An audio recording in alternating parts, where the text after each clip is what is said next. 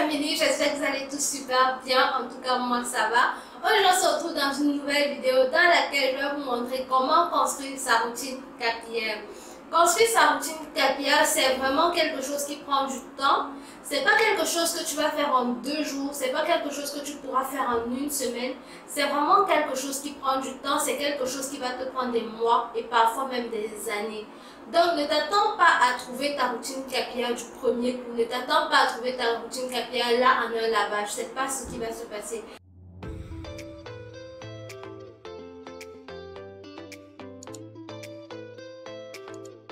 Ta routine capillaire, c'est l'ensemble des recherches que tu vas faire sur plusieurs mois avec tes cheveux qui va te permettre de savoir pourquoi je dois hydrater tous les 2 jours, pourquoi moi j'hydrate mes cheveux tous les 4 jours, pourquoi elle hydrate ses cheveux tous les 5 jours, pourquoi elle fait un pré-coup 2 fois par mois et pourquoi est-ce qu'elle fait un masque protéiné et pas un masque hydratant comme moi toutes les semaines. Et franchement, quand tu auras compris comment faire ta routine capillaire, quand tu auras trouvé la routine capillaire adaptée à tes cheveux, tu vas te rendre compte que tes cheveux vont se révéler, tes cheveux seront plus beaux, tes cheveux seront plus malléables, tes cheveux seront brillants, tes cheveux seront doux. Et tu n'auras même plus besoin de faire des coiffures protectrices parce que ton hydratation sera là tout le temps, tes cheveux seront au top, comme je peux dire, au top. Je vous explique, ce sera une série de 5 vidéos. Et chacune des vidéos va traiter d'une étape de la routine capillaire. À la fin de chaque vidéo, vous aurez un petit récapitulatif avec la fréquence avec laquelle vous devez effectuer chaque étape. Mais franchement, chacun a ses cheveux.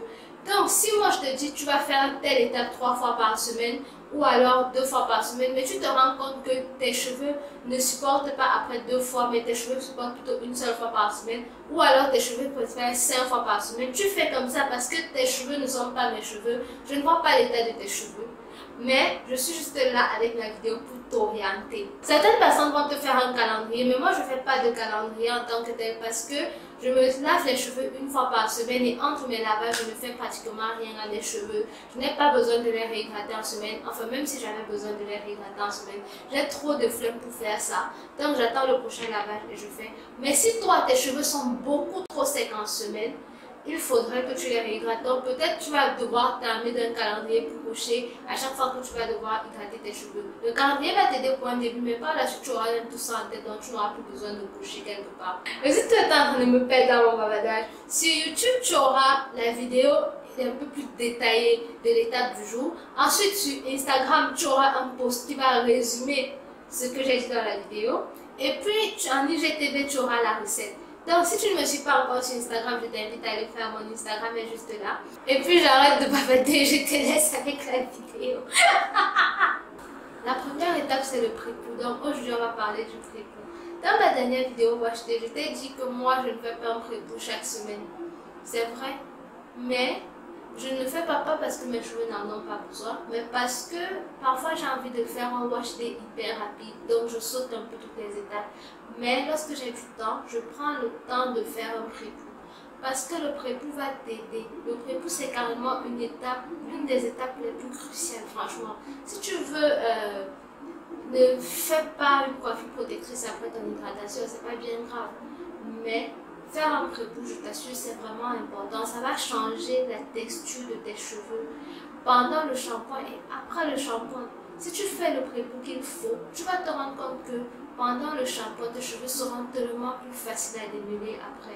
Tes cheveux seront moins secs, tes cheveux seront plus brillants parce que le pré-coup va en fait venir les protéger pour empêcher en fait l'action trop détergente de certains shampoings. Et aussi, le pré-coup va t'aider à prévenir ce qu'on appelle la fatigue hydrale. La fatigue hydrale, c'est quoi? Lorsque tu vas te laver les cheveux, il y a un phénomène de rentrée et de sortie d'eau à chaque fois. Et lorsque tes cheveux seront fatigués, lorsque l'eau rentre, les cheveux se détendent. Ensuite, lorsque l'eau repart, les cheveux remontent. C'est ce qu'on appelle le strinkage chez nous. Et si à chaque fois tu sautes l'étape du pré-coup, tu vas vraiment exposer tes cheveux à ce phénomène de rentrée et sortie d'eau. À la fin, tes cheveux ne seront même plus ce qu'ils doivent suivre. tes cheveux auront été exposés à beaucoup trop d'eau. Et dans ce cas-là, ils risquent de se détendre et ne plus revenir. À ce moment-là, tu vas te rendre compte que tes cheveux sont, au lieu d'avoir du stricage, tu as tout le temps les cheveux qui sont détendus. Ils ne sont pas détendus parce qu'ils sont vraiment bien étirés, mais ils sont détendus parce qu'ils sont malades. Ils ne sont plus sains. Je ne sais pas si quand j'explique, vous arrivez à me comprendre. Mais vraiment, la fatigue hydrale, c'est quelque chose qui est vraiment grave. Parce que si tes cheveux ne sont plus sains, si tes cheveux ont pris trop d'eau et tout, qu'est-ce qu'on fait d'eux? Ils sont gâtés. Et lorsque tu fais ton pré-pour, l'idéal serait de choisir une huile. C'est vrai que tu peux faire un pré-pour avec un produit protéiné ou un produit hydratant. Ça dépend de l'état de tes cheveux et ça dépend du résultat que tu vas avoir. Certaines personnes vont te dire de faire un pré-pour avec un après-shampoing, mais moi franchement je trouve que faire un pré-pour avec un après-shampoing, ça ne vient pas nourrir tes cheveux en tant que tel. Si tu utilises une huile qui va nourrir tes cheveux, une huile qui est pénétrante, qui va venir combler les brèches, au cas où tu auras des brèches sur tes cheveux, de façon à ce que quand l'eau arrive avec l'action du shampoing, ça ne va pas plus couvrir la brèche qui existe déjà. Tu vas te rendre compte que tes cheveux se porteront mieux. Pourtant, si tu fais un pré-pour avec un corps hydratant, tes cheveux ne sont pas réellement protégés, tes cheveux sont juste démêlés peut-être, donc ton shampoing sera plus facile, le démêlage sera plus facile, mais tu n'auras pas réellement protégé tes cheveux de toutes ces étapes-là. Donc lorsque tu choisis ton huile, pour moi l'idéal lors du pré-pour, c'est choisir une huile qui est pénétrante. Je vous ai cité quelques-unes dans ma dernière vidéo, si tu ne l'as pas vue, je t'invite à aller la voir. Ce sont des huiles qui vont venir se placer de cette façon-ci. Donc tu as la tige du cheveu qui sort là et les différentes protéines des huiles pénétrantes vont se placer de cette façon-là, de façon à ce que tes cheveux soient vraiment tout lisses lorsque le shampoing va arriver. Pas lisse dans le sens cheveux lisses, mais lisse dans le sens où il n'y aura pas de brèche.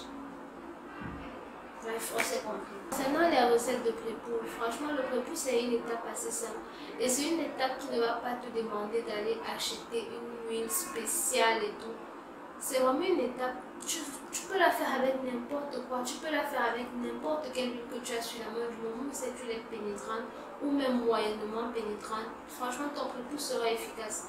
Alors si tu ne sautes carrément cette étape-là, à la fin tu auras tout le temps les cheveux secs, les cheveux qui s'en mêlent, les cheveux qui ne veulent pas se démêler. Tu vas devoir couper peut-être tout le temps, pas parce que tu veux couper, mais surtout parce que tu n'as pas trop le choix.